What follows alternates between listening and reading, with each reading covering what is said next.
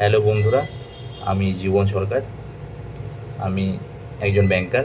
তো সিজিএল এক্সামটা দিতে গেছিলাম আর কি। আমার 18 সেপ্টেম্বর ছিল, তো থার্ড শিফটে আমার এক্সামটা পড়ছিল ও 3:30 শিফটে। তো দেখলাম মানে ইংলিশ কোশ্চেন ঠিক আছে, মানে মোটামুটি ছিল আর কি। আর তবে রিজনিং আর ম্যাথ আর জিকে এই তিনটা পেপারই আমার কাছে একটু কঠিন লাগছে, বিশেষ করে ম্যাথ তো বেশি করতেই পারিনি। ও 17টা মাত্র অ্যাটেম্প করছি। বলবো না খুব কঠিন না, তবে টাইম টেকেন ছিল আর কি। মোটামুটি 30-32 মিনিট দিলে গোটাটা 25টা করা যেত আর কি।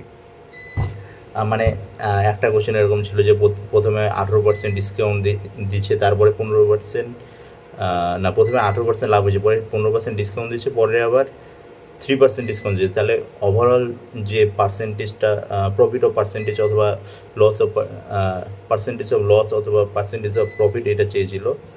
তো মানে বেশি ক্যালকুলেটিভ দিয়ে দিয়েছিল আর কি। তবে একটা ভালো কোশ্চেন দিয়েছিল যে একটা সার্কেলের কী দেওয়া ছিল যে ইয়ে দেওয়া ছিল কি বলে, ওই পরিধির একটা সেক্টর দেওয়া ছিল যে 7 সেমি দেওয়া ছিল, বলছিল সেই সেক্টরটা দেওয়া আছে, সেই সেক্টরের এরিয়াটা চাইছিল আর কি। নির্দিষ্ট ফর্মুলা আছে, ফর্মুলা দিয়ে করা যায়। তবে ফর্মুলাটা আমার তো ফর্মুলা জানি, আমি যেমন ফর্মুলাটা বানিয়ে নিয়ে করছিলাম, আমার একটু টাইম লাগছিল। তো যারা একটু ফর্মুলা টর্মুলা জানো তারা হয়তো ইজিলি করে ফেলতে পারছো। তো এরকম কিছু কোশ্চেন। আর একটা কোশ্চেন ছিল যে একটা সার্কেল দেওয়া ছিল, সার্কেলটার একটা কর্ড দেওয়া আছে, যদি কর্ডটাকে যদি দুই দিকে তুমি ইনফাইনাইটলি যদি তুমি এক্সটেন্ড করো তাহলে ওইটা ওই সার্কেলটার কী হবে। তো অপশন ছিল নর্মাল, তারপর হচ্ছে ট্যানজেন্ট, তারপর